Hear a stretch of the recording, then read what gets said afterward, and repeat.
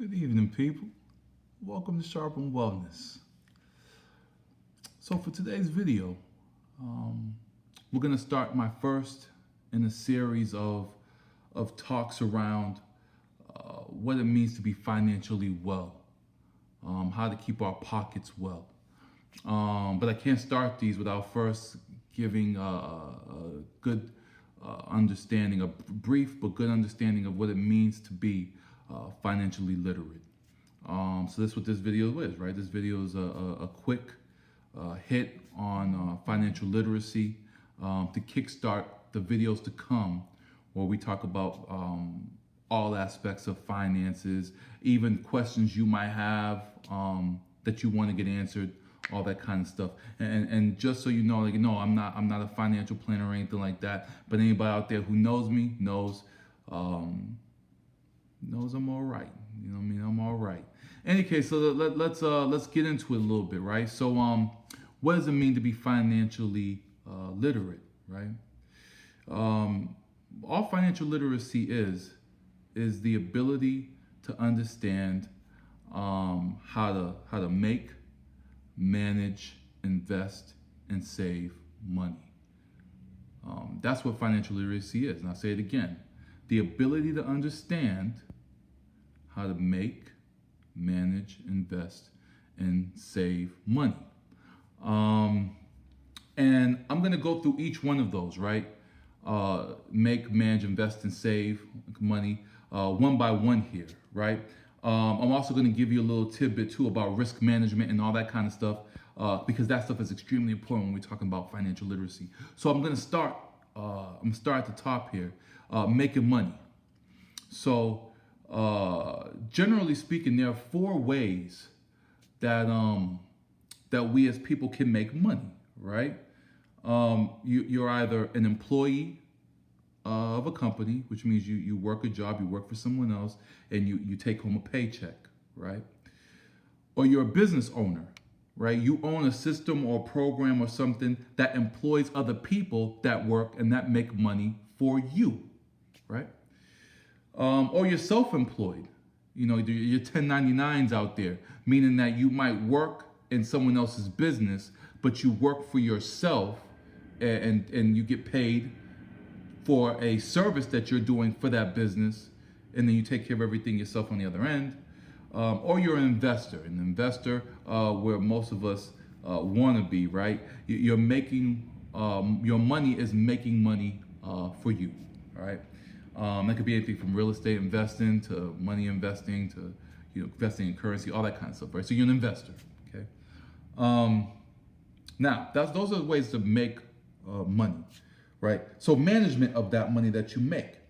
So one of the ways that we manage our money, right? When we either taxes, right? When we're paying taxes, some of us may do maybe a one or a zero when it comes to our exemptions or whatever it is. Whether either you're claiming exempt or you're claiming head of household or something like that.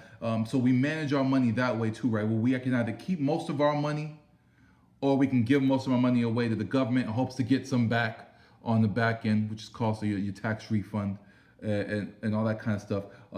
The proper strategy would be how to figure out a way to give less of your money away and keep most of it, right? So money management that way.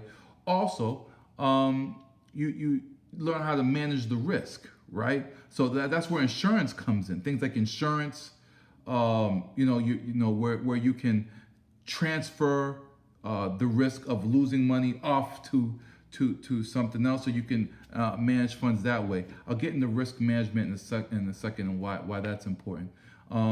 Investing money, you either invest in stocks, you can invest in real estate, you can invest in businesses. Understanding that you have to understand the risk in those. Like I said, risk is a huge thing here, and we'll get to that in a second. Saving money, right? Saving money is a huge. I think I could do a whole video just on saving money alone, because it's so near and dear to our heart. We don't make a lot of money, so we have to figure out a way to keep some some just in case funds, right? Some emergency funds, which is very hard to do.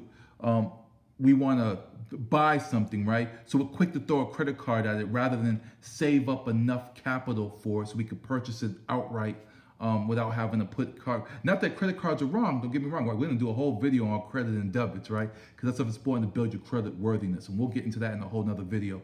But you know, saving enough money for the things you want, saving enough money for the future.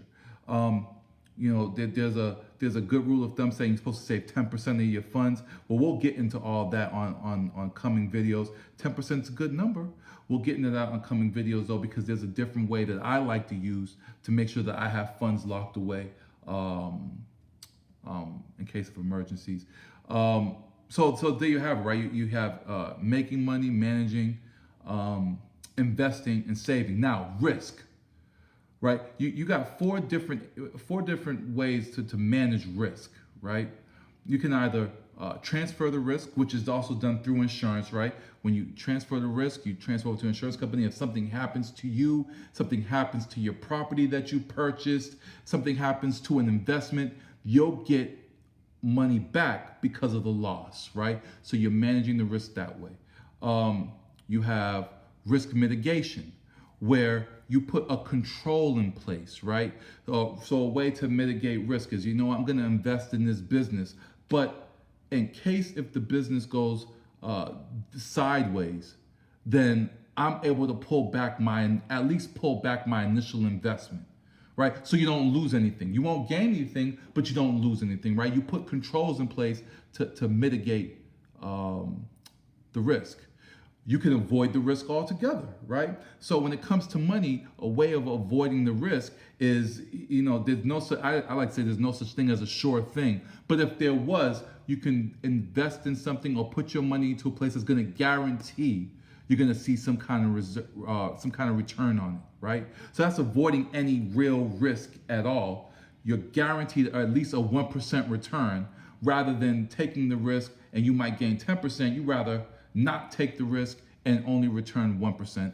That's avoiding any particular risk altogether. And of course, accepting risk, right? So you invest in something, you give your money away in something, and you're doing it knowing that, hey, there's a chance I could lose out here. All those things are important. So there you have it, right? My quick, just had to look at the time, 7-minute spiel on financial literacy, and this will be how we catapult into follow-on videos. Thank you for watching. Please subscribe. It's your boy Jay. This is Sharpen Wellness. Ooh-wee.